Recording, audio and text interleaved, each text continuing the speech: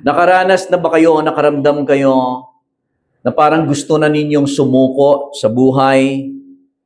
Parang gusto na ninyong sukuan yung pangarap ninyo dati? Nakaramdam na ba kayo na parang gusto ninyong sukuan yung inyong pinananampalatayanan patungkol sa inyong asawa? Kung magbabago pa ba? Or sa inyong mga anak, halimbawa, na parang nananampalataya kayo for so long, na parang wala kayong nakikita sa ngayon, na parang gusto niyo nang sumuko. Or nararanasan niyo ba na parang sa buhay in particular, na parang gusto niyo na lang sumuko? Kasi parang wala tayong nakikita na parang, Lord, ang pinanampalatayanan ko parang hindi nangyayari. Well, my encouragement to you this morning is, don't lose heart.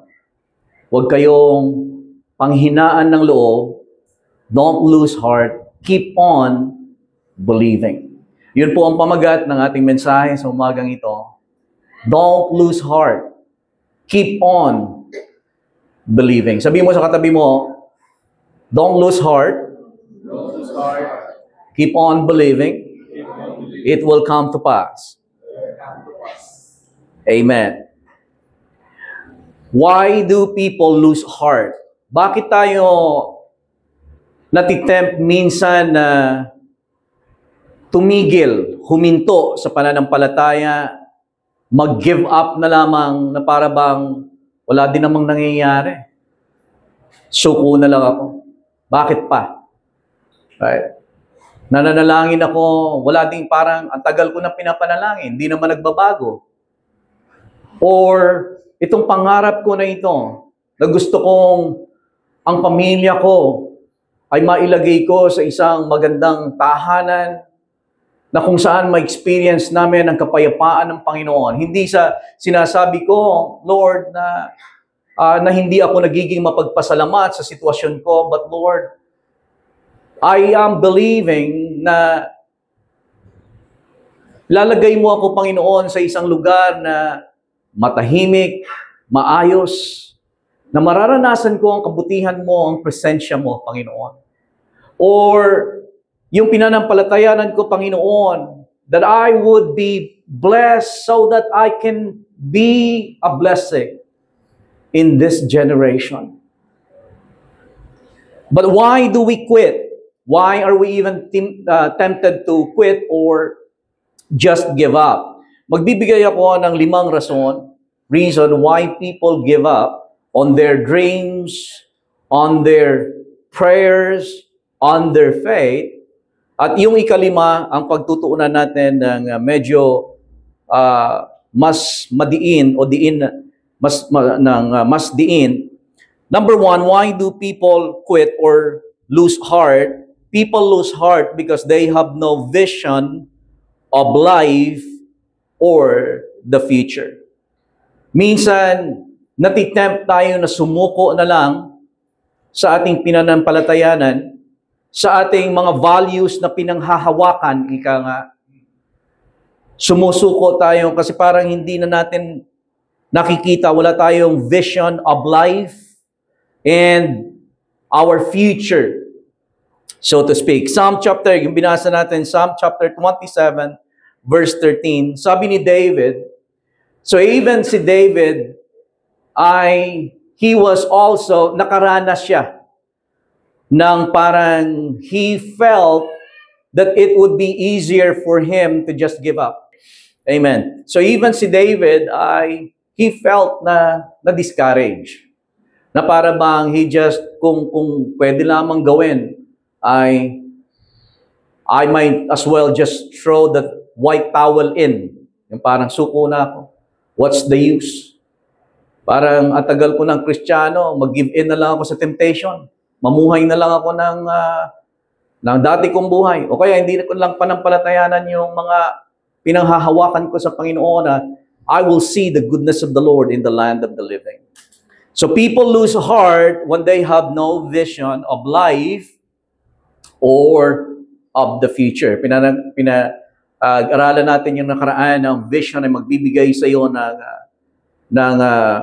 strength to go on and move on. Number 2, Why do people lose heart? Why are we tempted or give up? Is number 2 reason, complaining about the present. So nagko-complain tayo sa present, kino-complain natin, nag-complain tayo na nag-complain, at kaya tayo ay parang gusto na lamang nating mag-quit kasi pinagtutuunan na natin yung ating mga nakikita o circumstansya sa buhay. Meron tayong kinote minsan, binalikan ko yung ating mga messages. Meron akong na-remind ako of this quotation na binanggit natin.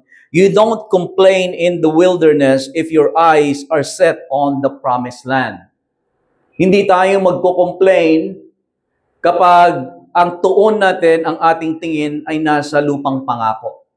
Sa pinangako ng Diyos sa buhay natin. Amen po ba? Nagko-complain lamang tayo kasi ang ating tingin ay nakatuon na doon sa mga nangyayari sa atin at nawala na doon sa pangako ng Diyos sa buhay natin. Kaya tayo nagko-complain. Akala ko ba, Lord, dadalhin mo kami sa ganito? Akala ko ba, Lord, mangyayari pa ba ito? Akala ko ba, Lord, magbabago pa siya? Akala ko ba, Lord, we will serve the Lord in the land of the living. As for me and my house, we will serve the Lord. Akala ko ba, Lord, mabibless ako so that I can be a blessing. Subalit ang nakikita natin sa ngayon ay parang, Lord, wilderness. Kaya tayo nagko-complain sa halip na ating, instead of speaking to the mountain, ay nagko-complain na tayo kay Lord about the mountain. Number 3 reason is because of pain or discouragement. Minsan, natitempt tayo na sumuko na lamang sa ating mga pinanampalatayanan, ating mga pangarap, ating mga pinupursue. Ang plano ng Diyos sa buhay natin is because of pain and discouragement. Psalms chapter 55 verse 4 to 8, sabi ni David, minsan pa, my heart is severely pained within me. Ang puso ko ay labis na nasasaktan. And the terrors of death have fallen upon me. Fearfulness and trembling have come upon me, and horror has overwhelmed me. Oh, I said, oh, that I had wings like a dove, I would fly away and be at rest. Indeed, I would wander off and remain in the wilderness. I would hasten my escape from the windy storm of tempest. Pain. Dahil sa mga nararanasan. Alam niyo, si David, he was considered to be a man after God's own heart. And he is a warrior from youth. Around 17 years old, si David, hindi aral, wala siyang proper training sa pagiging sundalo. Not even a soldier, he was a shepherd. Pero pinatay niya si Goliath who has been champion from youth. Ang dami niyang achievements. At nung siya ay hinirang na ni Saul, kahit na siya ay hindi pa nakaluklok sa trono bilang hari, siya ay napakarami niyang military achievements or successes na tinatawag. Pero may pangkakataon sa buhay niya na sinabi niya na I am severely pained within me. At labis ako, sabi ko na parang, kung makakalipad lang ako, lilipad na lang ako, iiwanan ko ang lahat ng ito. Amen. Meron ako narinig sa isang pastor. Sabi niya, minsan parang ayoko na mag-church. Ayoko munang mag-church. Kaya naalala ko, ako pala ang pastor. Praise the Lord. Point is, minsan nakakaranas tayo na parang, Lord, lipad muna ako. It's because of pain.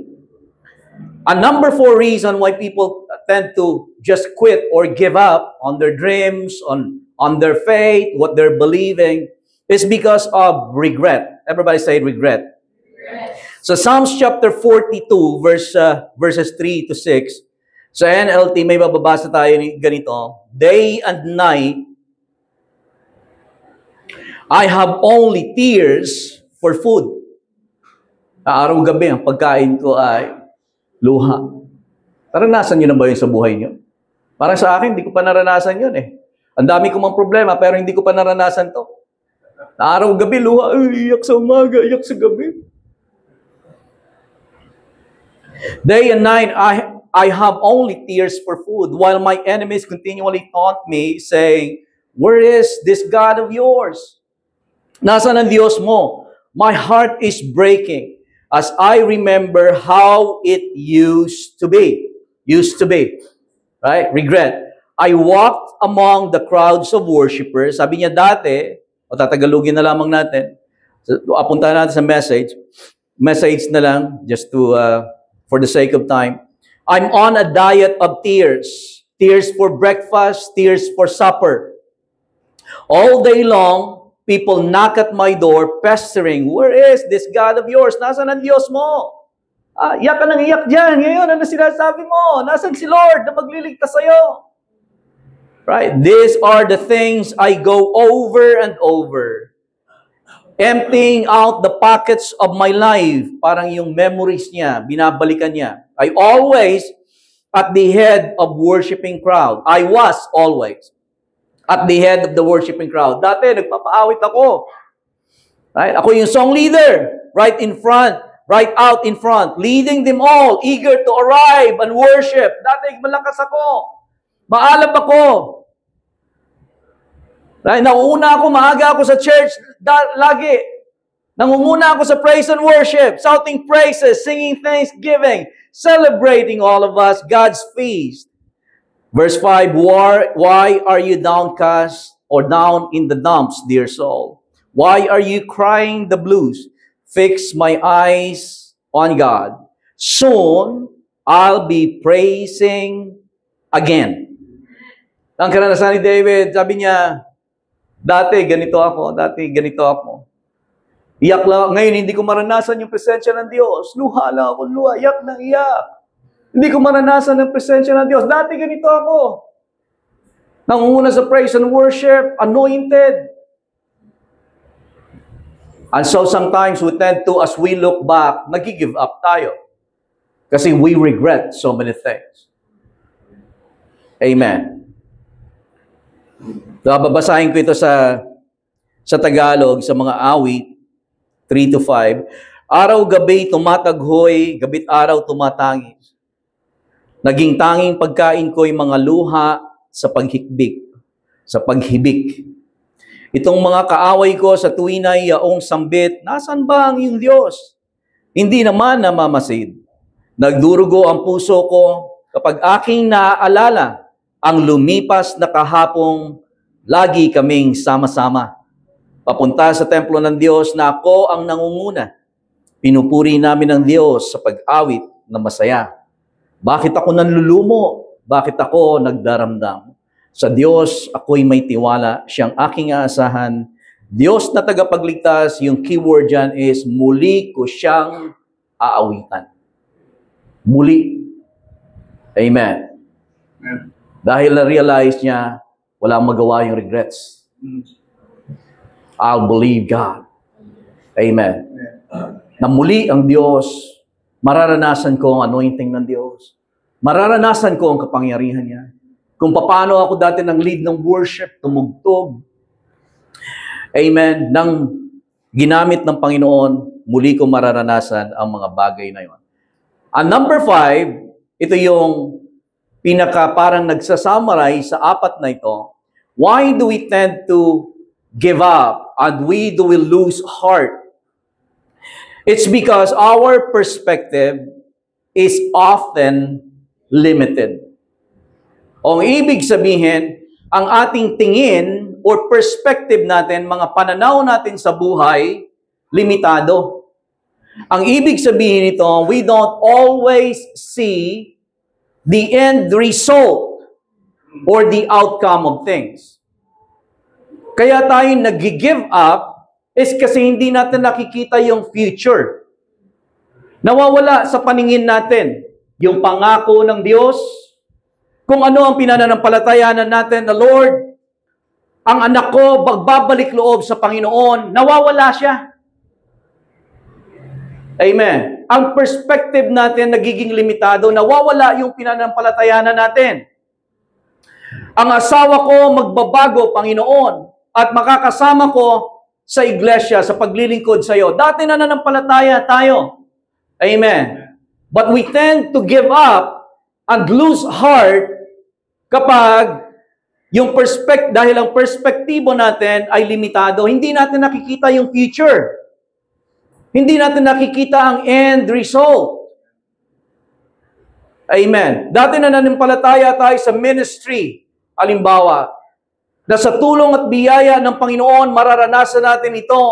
The Lord is our provider. Amen. Amen. He has many ways to bring supernatural provision for us. Subalit minsan, naka-cloud ang ating perspective. Nawawala yung perspective of the future. Nawawalan tayo ng vision. It's because our perspective is so limited at nakikita lamang natin ang pangkasalukuyan sa ngayon. Amen? But God sees the end from the beginning. Ang problema kasi minsan, hindi tayo nagiging katulad mag-isip at ang pananaw natin ay hindi katulad ng pananaw ng Diyos na dapat sana, supposed to be, ay nagiging katulad tayo ng Diyos.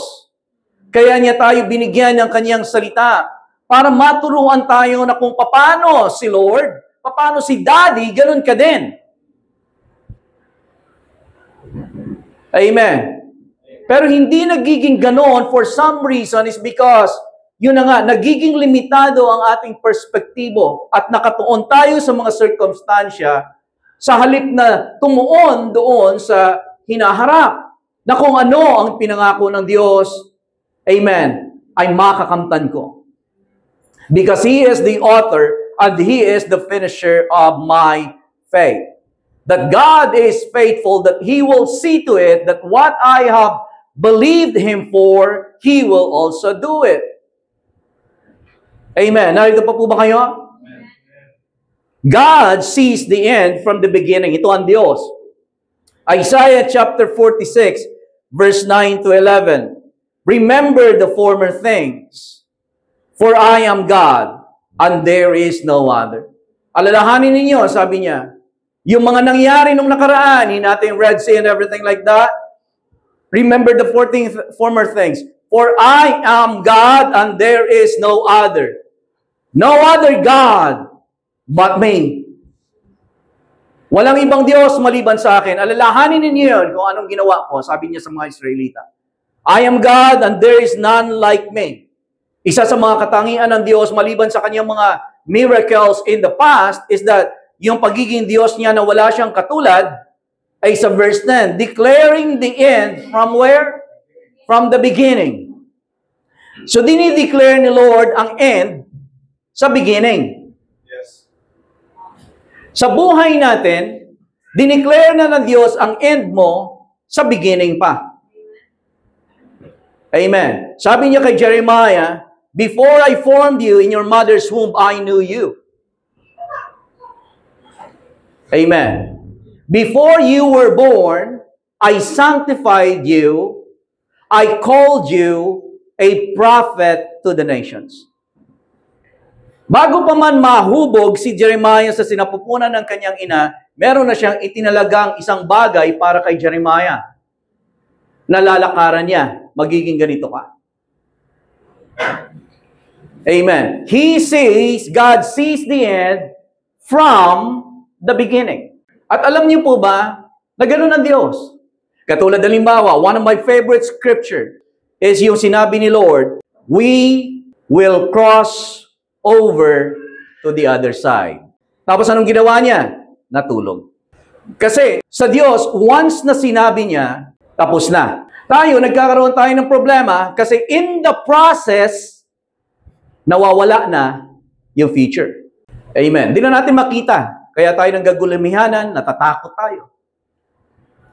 Katulad ni Jairus. Si Jairus sabi niya sa Panginoon, Panginoon, ang aking anak ay nasa bingit ng kamatayan, mamamatay na. Subalit, Panginoon, sumama ka sa akin, ipatong mo ang iyong kamay at siya ay mabubuhay. Subalit, sa process, in the middle, sa kalagitnaan, sabihin natin sa kalagitnaan. Sa kalagitnaan, nandoon yung problema. Ang Diyos, dineclare na yung wakas. Doon pa bago mag-umpisa. Amen. Tayo, dapat meron tayong pananampalataya na ganon, panghawak sa salita ng Diyos, na anuman ang sinabi ng Diyos, that settles it. It is only a matter of time. Amen. And I pray na magkaroon tayo ng tamang perspektibo sa ngayon. Magkaroon tayo ng perspective na katulad ng perspective ng Diyos sa buhay natin. Makita natin na kung paano nakikita ng Diyos ang isang bagay sa buhay mo, ganun mo din makita. At doon sa kalagitnaan, right? Sa kalagitnaan, sabihin natin sa kalagitnaan. Sa kalagitnaan, dapat tayo ay nananangan at nasa kapahingahan ng pangako ng Diyos. Na alam natin na ang Diyos ay hindi magsisinungaling. Pero again, bakit tayo sumusuko? Bakit tayo tumitigil sa pananampalataya? Kasi ang perspective natin ay limitado. Alam niyo ba na ang pananampalataya, faith sees the end from the beginning? Kung ang Diyos, He sees the end from the beginning, declares the end from the beginning, faith sees the end from the beginning. Ang pananampalataya mo, kung ikaw ay nananampalataya sa Diyos, ang gagawin ng Diyos, papakita niya sa iyo yung dulo. Amen. Yun yung pananampalataya mo. Pinanampalatayanan mo ang sinabi ng Diyos. To those who will believe in His name, those who receive Him, believe in His name, He gave the right to become children of God. Amen. Tayo, mga kapatid, alam natin na tayo ay papunta ng langit. Sino nakakaalam papunta ka ng langit? Dahilan sa iyong pananampalataya kay Jesus.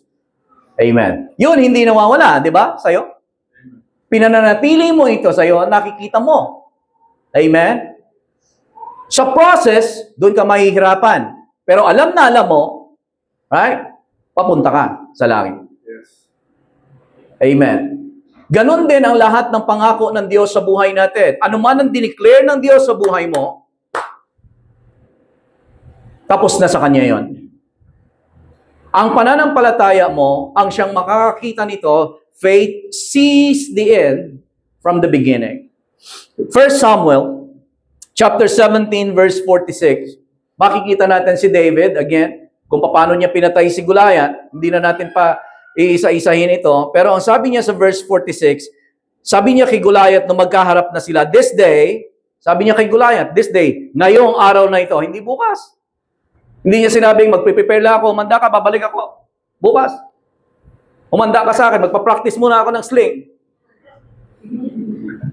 Hindi niya sinabi yun. Sabi niya, today, the Lord will deliver you into my hand. At sinabi niya, tingnan niyo mabuti, sabi niya, and I will strike you and take your head from you.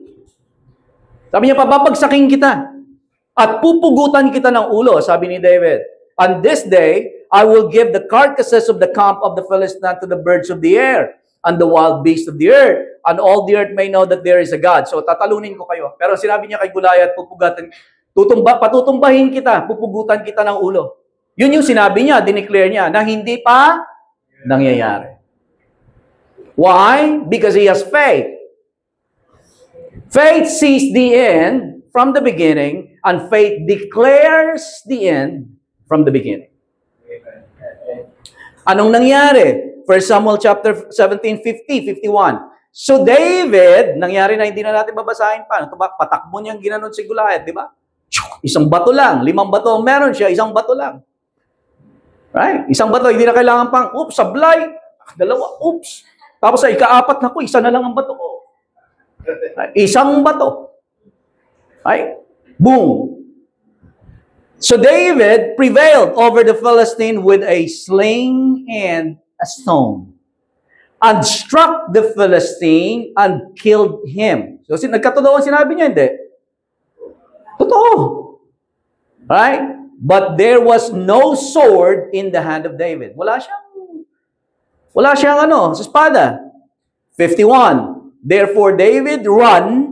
So wala siyang sword. Pero ang sinabi niya, pupugutan kita ng ulo. So nangyari na, patay na si Goliath, wala nga lang siyang sword.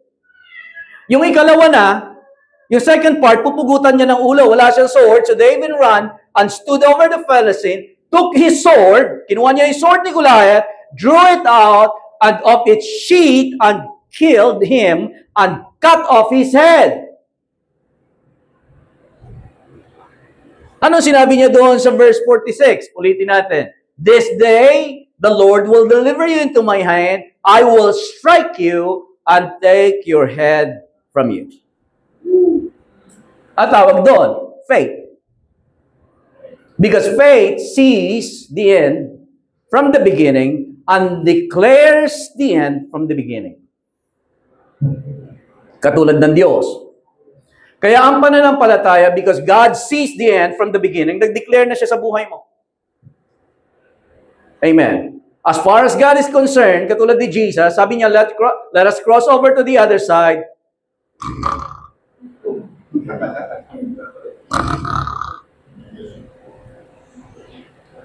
Tapos na. Makakarating tayo doon.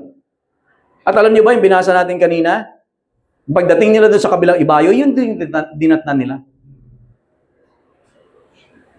Yung inaalihan ng demonyo doon sa tomb na wala sa kanya makapigil, sinusugatan niya yung sarili niya. Pero imagine ninyo yun. 6,000 demons cannot stop the man from worshiping at the feet of Jesus.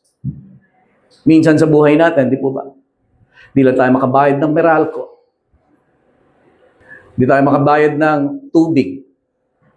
Medyo naubusan pa tayo ng gas. Hindi na tayo maka-worship kay Jesus.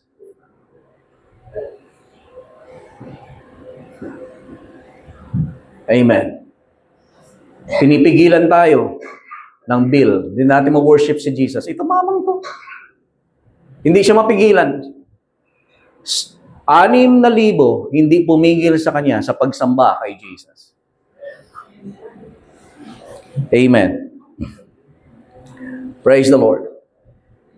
So our limited, ang vision natin, why do we give up? Is because our perspective is limited. And ang ibig sabihin ng limitado ang ating perspektibo, dalawang bagay ang ibig sabihin niyan, we don't always see the end result or the outcome. Amen. Kaya dapat na tayo ay nananampalataya sapagkat ang pananampalataya ang magpapakita sa iyo ng kung ano ang outcome na i-declare mo nandito pa lamang sa umpisa. Kung may pananampalataya ka, makikita mo, ang i-declare, ang makikita mo, that God will supply all my need according to His riches and glory by Christ Jesus. And He will grant the desires of my heart. Amen. Yun yung makikita mo. Yun yung i-declare mo sa umpisa. Yun yung pananampalataya. Amen. Amen. Amen. Yun yung pananampalataya. At ano pang ibig sabihin nun? Ang isa pang ibig sabihin nun, that we have a limited vision, is we tend to determine or judge the end result by what we see in the middle or in the process. Ipapaliwanag ko. Limitado ang ating vision. Ang isa pang ibig sabihin yan, na yung future, hindi katulad ng Diyos, hindi po ba? Again, si Lord, pag dinideclare niya ang wakas doon sa umpisa. Amen. Tayo, hindi natin makita yon. Tayo, ang wakas ay hinuhusgahan natin at dinidetermine base sa kung ano ang ating nakikita. Amen. So nakikita mo yung katawan mo na ganito, nakikita mo yung finances na ganito. Ang future na nakikita mo ay wala na, lulubog tayo sa utang nito. Masisequester na yung ganito. Titigil ka na sa pag-aaral nito. Hello, narito pa po ba kayo? Yun na yung nakikita natin. Amen. Hindi na natin mababayaran to. Titigil na ang anak natin sa pag-aaral nito. Kasi, hinuhusgahan na natin yung future base sa kung anong nangyayari dito. Tignan natin yung Mark chapter 4 again. Balikan natin. Sabi ko sa inyo, paborito ko ito. Mark chapter 4, 35 to 38. On the same day, when evening had come, he said to them, let us cross over to the other side. So sabi niya, let us cross over to the other side. Sabi niya sa kanyang mga alagad. Verse 36, now, when they had left the multitude, they took him along in the boat as he was. And there, and other little boats were also with him. And a great storm arose. May great storm arose. And the waves beat into the boat so that it was already filling. So napupuno na ng tubig. Lulunod na talaga sila kasi ganun na yung sitwasyon. Amen. Pero nasan si Jesus? But he was in the stern, asleep on a pillow. Kasi sabi niya, we will cross over to the other side. God sees the end from the beginning. Amen. Pero tayo, we have limited vision. Katulad ng mga alagad na ito, they tend na hinusgahan nila yung destinasyon. Kaya sabi niya, teacher, do you not care that we are perishing? So anong nakikita nila? Hindi nila nakikita yung other side. Nakikita nila na sila ay lulubog tayo. Bakit nila nasabing lulubog? Kasi nahuhusgahan nila base sa pangyayari. We tend to judge or determine the outcome based on what we see or the circumstances around us. We have limited vision. Ganon yung nangyayari. Kaya hindi na natin makikita na makakatawid tayo doon. Doon sa pagtawid sa kabilang ibayo ay may naghihintay na greater ministry sa atin. Amen. That there will be a greater ministry, that there will be a greater anointing, that there will be greater display of God's power on the other side. Pero hindi natin nakikita but because we have, our perspective is limited, meaning that we judge or we determine the outcome, the end result na babago base sa kung anong nakikita mo. Dineclare ng Diyos ng positive, we will cross over to the other side, increase, prosperity, but habang tayo ay nandito, ang nakikita natin, when ginajudge natin, hindi yung word ni Lord, kundi ginajudge natin, base sa nakikita natin, lulubog tayo, hindi na natin mababayaran to, hindi na natin mapapaaral ang anak natin, mamamatay na tayo next year. We have limited perspective. Dalawang bagay sa verse 38. Ulitin ko yung verse 38. Sabi niya sa verse 38, but he was in the stern, asleep on a pillow, and they awoke him and said to him, teacher, do you not care? Dalawang bagay ang makikita natin dito sa ginawa ng mga alagad, dalawang bagay ang ipinapakita nito. Minsan tayo ay nagiging katulad ng mga alagad, hindi po ba? Praise the Lord. Dalawang bagay ang dineclare nila dito. Number one is we tend to determine or judge the end by what we currently see in the middle. Sinabi na natin yan. Hinusgahan nila yung future kung ano mangyayari sa kanila base sa kung anong nakikita nila.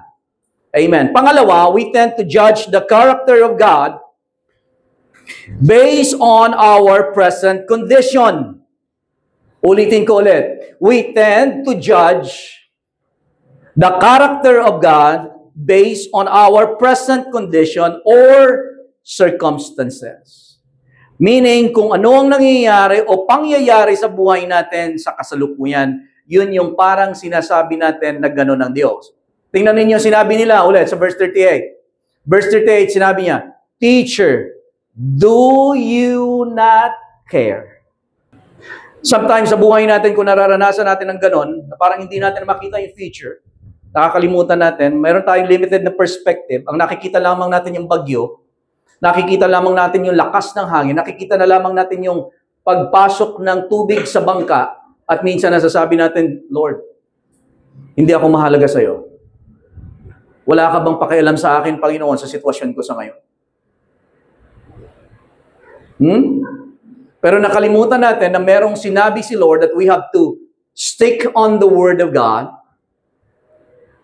keep on believing, because you will cross over to the other side.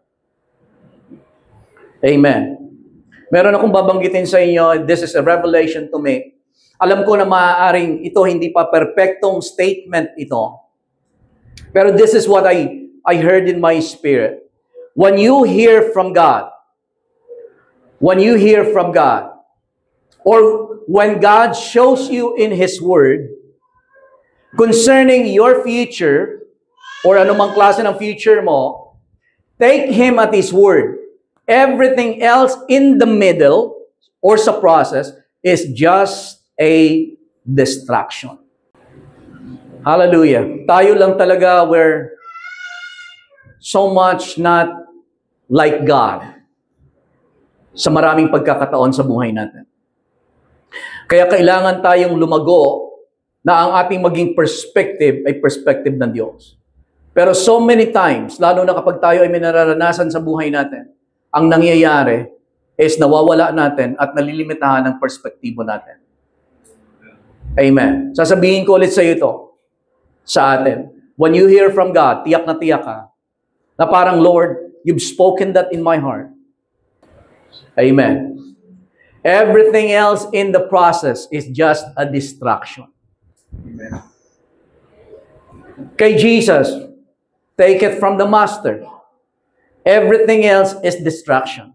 Let's cross over to the other side. That settles it. It's done. Done deal. Makakarating, mapuno man yan, nandun tayo sa kabila. Pero tayo, dito sa kalagitnaan, dito tayo sumusuko. Dito tayo bumibitaw. Dito natin sinasabing hindi nag-work.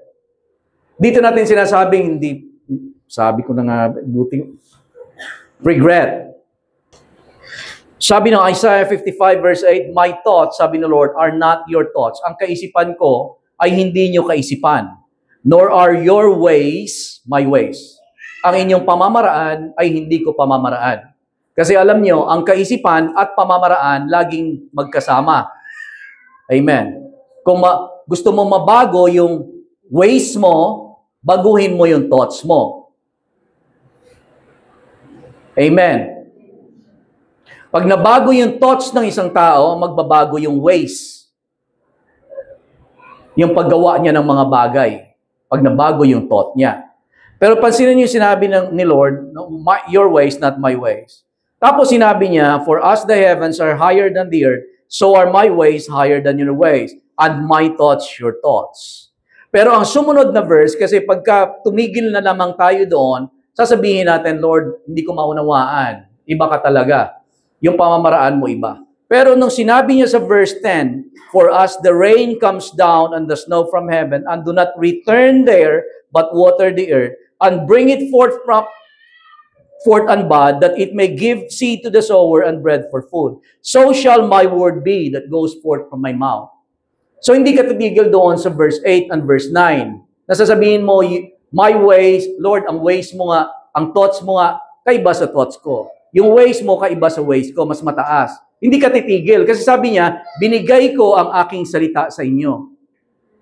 Bakit niya ibinigay? Para ang maging kaisipan mo ay pumantay sa kaisipan niya. Ang tawag doon, pananampalataya.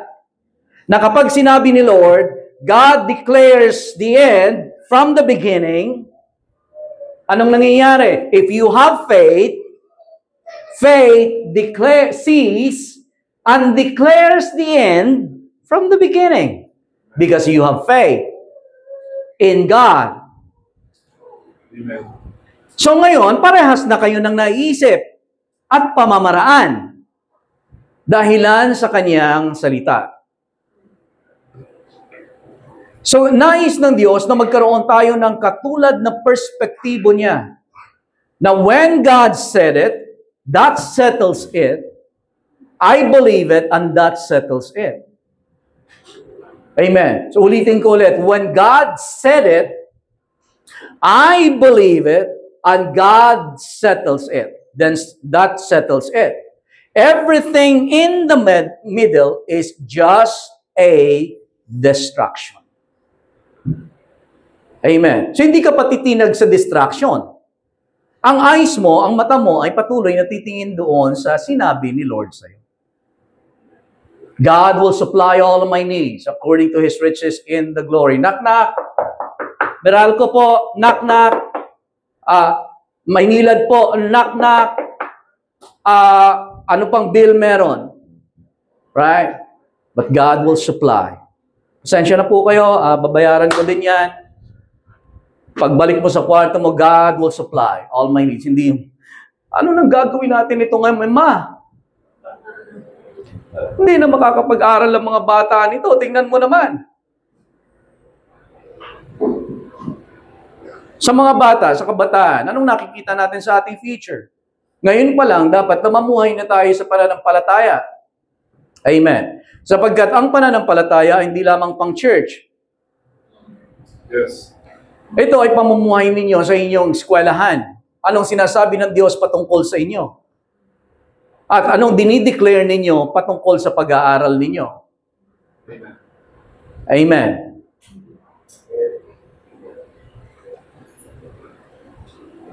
Praise the Lord. Ito alam ko na medyo mataas ito na klase, but hahamunin ko ang bawat isa sa atin, including myself. When you hear from God, or when God shows you something in His Word, alam na alam niyo ito sa salita niya, na grama, ay pinaniniwalaan ninyo. Take Him at His Word. Keep on believing. When God said it, believe it. That settles it. Everything else is just a distraction. Jeremiah chapter 1, 11 and 12, the word of the Lord came to me. What do you see, Jeremiah? Sabi niya, I see the branch of an almond tree. I replied, so sabi ni Lord sa verse 12, sabi niya, the Lord said to me, you have seen correctly, for I am watching to see that my word is fulfilled. Ang salita ng Diyos, pag sinabi niya, hindi niya babawiin. Yes. Pag diniklara ni Lord sa umpisa, that by the stripes of Jesus, you are healed. And you heard that, you have that in the Word of God. God shows you that in the Word. Amen. You believe it, that settles it. Everything else in the middle is just a distraction. Hold on to the Word of God. Amen. And that will please our Abba Father. That is operating like our Abba Father.